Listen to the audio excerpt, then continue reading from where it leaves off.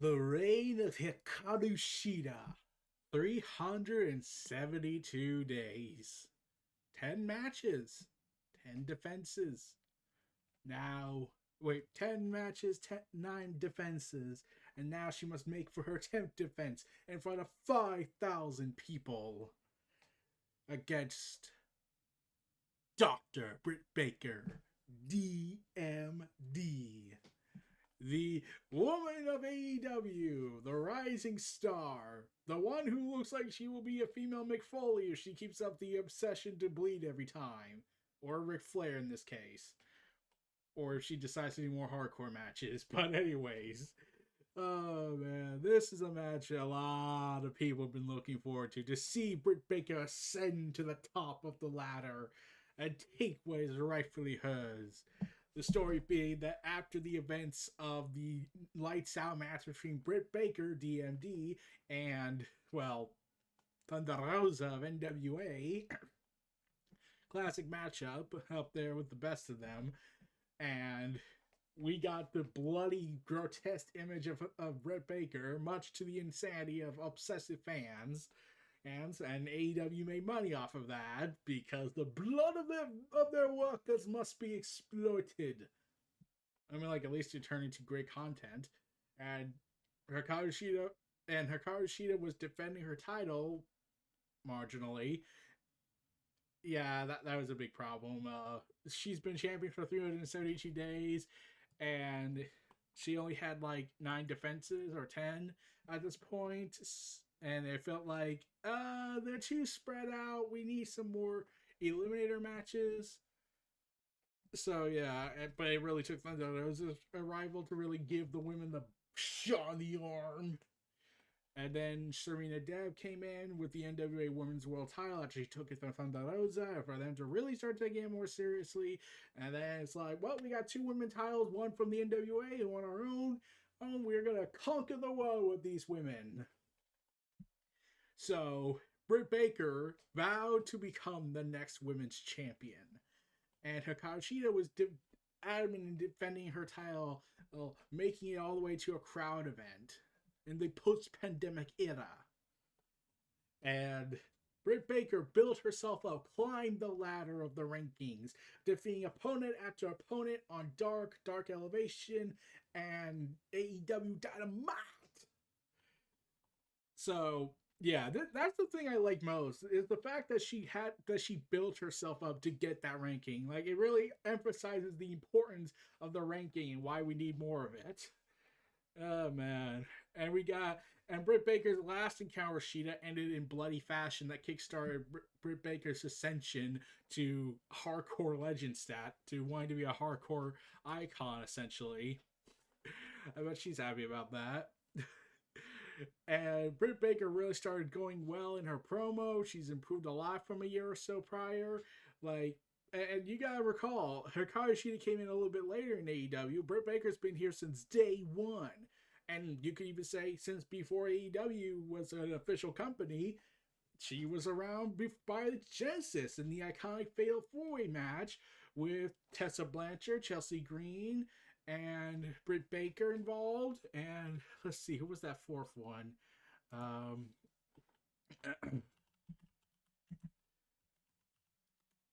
I'm still wishing that they got the Blu-ray for it so I can watch it over and over again. And Madison Rayne, yeah, I kind of forgot about her. I was like, who is she again? And then I looked it back up, and yeah, last time we saw her, I think she was back in Impact. Okay, so yeah, Madison Rayne, Britt Baker, Tessa Blanchard, and Chelsea Green, and look where they all went later on in life.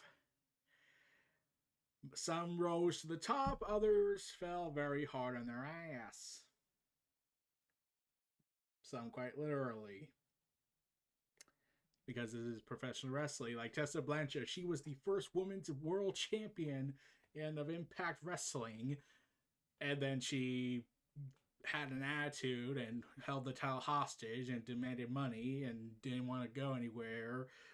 And then subsequently got fired, and then racist stuff started coming out about her before that even. And then her career kind of died down for a while and has been isolated and has vanished off the face of the earth since. And there's currently no talks and there's currently no stats on where she's going. Some think it's AEW, some think it's WWE, and you already know my stance on Tessa Blanchard in AEW. Unless Tessa's really improved or she's willing to, and like, and not as toxic, and if she could be in a friendly environment, AEW would be her best place spiritually. And even Big Swole said that professionally, spiritually, it would be her best place because her father's there and can rein her in. And I said we should offer a one strike clause in contract. If she screws up once, makes a big fuck up once, she's done. But yeah, we got Britt Baker and Hikaru Shida. Oh, and Chelsea Green got fired and was sent a garbage bag, apparently. So, congratulations, WWE, for your horrible culture. Anyways. Oh, God. So, yeah, that happened. And, yeah. But now Britt Baker gets to join her fellow Fatal 4-Way women to ascend to the ladder of women's wrestling and prove herself to the grand audience. And she was really on fire after the lights out match afterwards. Normally, since, okay, this is me speaking, I know there's probably some that think the same way, but when there's always that big matchup and the person loses, you always have that pessimistic feeling from the other place where you're like, oh, she's gonna go down the car, she's gonna lose a while, then she'll get herself built back up, and then they'll do something with her, and then they'll probably won't. Yeah, that's kind of a thing. It's kind of a detoxing phase for a lot of people who gave up watching WWE because of the cliche booking cycle they do, to the point that it's become more detriment, and the fact that it took forever for Bray Wyatt to get back on top, and then they just killed it within a year. I am absolutely amazed how they do that. It takes Bray Wyatt 6 years to get himself back up. Goldberg has a fit. He drops it. Then he gets himself built back up with his Firefly Funhouse. And then within months, he's back where he started as the top champ. Then loses it because they have a bigger champion, Roman. Then he enters a feud with Orton, and then everything goes to hell after that, metaphorically and quite literally, as Bray Wyatt was set on fire. But no, Britt Baker instead, I stole the show with Thunder Rosa. We're going to show it, and that's also because Thunder Rosa has commitments in NWA and all the other promotions she works for, and her own promotion she operates. So you got all that. You got Shida defending her, waiting to drop the title, and it's like D.M.D's getting up there in the rankings. And when Tay Conti fell before Shida, Britt Baker came up and bragged that, yep, I'm at the top, I'm number one, I'm coming for you. And you were and people were rooting for Britt Baker. It was hard to make her hated by the fans that were allowed to go to the shows. It was hard to really, really boo her. Even when she has cheating helping hands from Rebel, not Reba, it's hard to boo her because you like the dedication she's bringing, the fact that she will bleed with deep cuts on her face and bleed profusely all over the place, and they're making references to Austin 316, Mick Foley, Terry Funk, to say she's a female hardcore fighter and whatnot. Like, you can't, like, how can you boo that? And then you love the interaction she does with Tony Schiavone. If I had to take a guess, I know I'm pushing it with this, but it kind of makes me think, what if they had Stone Cold still be a heel throughout his entire run as the top guy of the company, and Jim Ross is that guy who's friends with him, but it's like the only one that lets him show his humanity. And yeah, Britt Baker and Tony Schiavone played up for laughs and have fun with it. They're having fun, and Britt Baker just makes snide remarks, and Tony Schiavone's just like, and whatnot. And you're just wanting to laugh, and everyone was, and I think a lot of people were ready for Shida to drop the title. Like, after Tay Conti, there was literally no one left. There was Britt Baker to go through, and if she beat her, well, then where do we take her? We don't have enough women to supply her with, so yeah, we have to move forward with a new title holder. So the stars align. Shida had been all the top performers of the company. I I think, wow, I don't think she fought Riho. I could be wrong, though that was because of the pandemic. But now you got this perfect storm coming. 5,000 people in attendance. D.M.D. Britt Baker face versus Hikaru Shida for an AEW Women's World Championship belt. We got it. We got everyone. We got the story. We got the perfect storm. She's the most popular face. She's the most popular star right now since her match. We gotta go with it. And sure enough, we got a pretty damn good hot match with these two women. And oh man, the shocking thing is, I thought Hikaru Shida was gonna win. I was rooting for Britt Baker. Like I was on the edge of my seat. Like AEW, don't screw up. Don't do it. You know what happened to the last time there was a super mega over superstar on the horizon, and then they screwed it up in the most bastardizing way possible. Ain't that right, Hell in a Cell? Oh god. And yeah, it goes what you want it to go. It's just so awesome. And Britt Baker and Hikaru Shida tore the house down their match. And you do kind of think she actually could win this for one fleeting moment, but no, you want Britt Baker to win. You want her to ascend to the top. She's fighting, and then she tries to have her best buddy Rebel, not Reba, go ahead and hit her with the crutches, and only to fail miserably and accidentally hit Britt Baker. And then you're like, oh god, they're like doing the Andrade Aleister Black match where they try to use Zelina and but ultimately be the detriment that destroys Andrade's title reign. I mean, like going back to the well over and over and over before it poisons him. I thought they were gonna go that route where they use all of Britt Baker's heel tactics and ultimately fail, like get involved, the title belt shenanigans, the curb stomp. Yeah, I was wondering why she started using the curb stomp. I don't know if she did it before all this feud with her, but I was like, that probably would have helped you in your match with Thunder Rosa. Wonder what happened with that. And yeah, I think when I here's the thing about her doing the curb stomp. It's the same thing I had when Damian Priest did it when he was in ROH. It was like I don't know how to feel about when other wrestlers that are not Seth Rollins doing it. Like I know not every move is not one's exclusivity. I get that. I acknowledge that, but I've been so used to just one person doing the curb stomp for so many years. I just can't imagine anyone but that one person doing the curb stomp, which is why it was so awkward when Seth Rollins did the pedigree because like I can't picture that. I can't. I'm looking at it and I can't see it. I don't see that being Seth Rollins' finisher. And then they try to do the knee, but it's like, nope, that didn't work. And was exploding off of the fact that they nearly busted Cena's nose completely off and he almost couldn't breathe. But, screw that. We need to exploit this, even though it could have ended very, very, very, very, very, very badly. So, yeah. She curb stomps her on the title. She gets the cover. 1, 2. No, it's not over. And Sheeta rolls up. And when Britt goes for the lockjaw, Sheeta rolls up, and you really think that's gonna be it. And nope, Sheeta runs with the knee, and you're like, oh nope. It could be it. It could be it. And nope, that's not it. Crucifix pin from Britt. Nope, you're on the edge of your seat. You're like, come on, Britt. Let's go, Britt. Let's go, Britt. Let's go, Baker. Let's go, Baker. Let's go, Baker.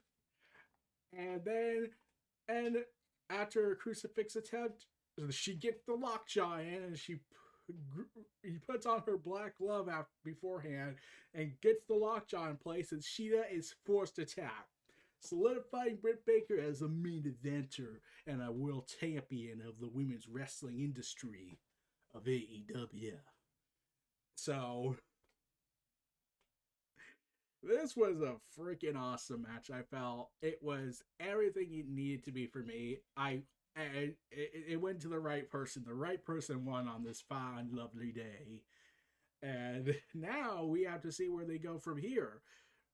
And here's the thing I was going to say. I said this on the ATW view on Noah Foster's channel, but I'll say it here. I kind of was hoping this match would be a ladder match, if for no other reason than for Britt Baker to just arrogantly climb the ladder like she's climbing the rankings and ascending to glory. And can you dig it? Can you dig it? Can you dig it? And she demands respect, and Red Bull goes ahead and just, yes, you are so gracious, and whatnot. Oh man. And Hikaru Shida even went a little heelish at times with her attitude because she knows this is it. This is the big leagues now with the crowds returning. And they even got a new title design for a new bigger women's championship belt than the tiny small one. Still feel like a white strap fits it more for this for some reason. So it's definitely a marked improvement.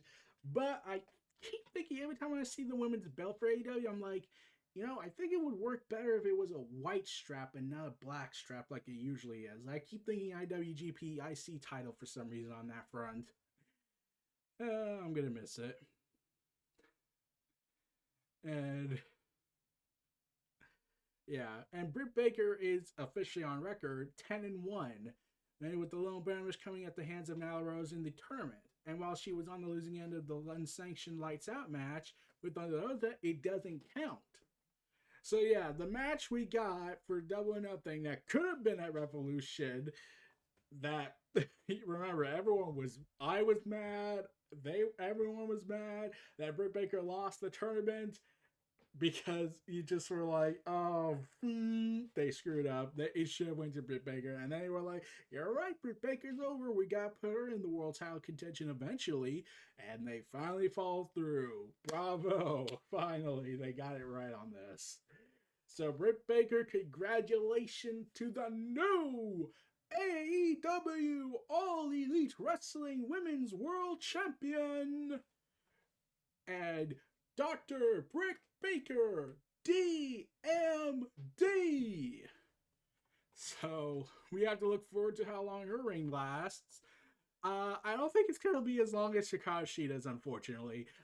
I just think it's going to last until either the end of this year or early next year before the 360-day reign ends, before it gets to 365. Because here's the thing I'm thinking of.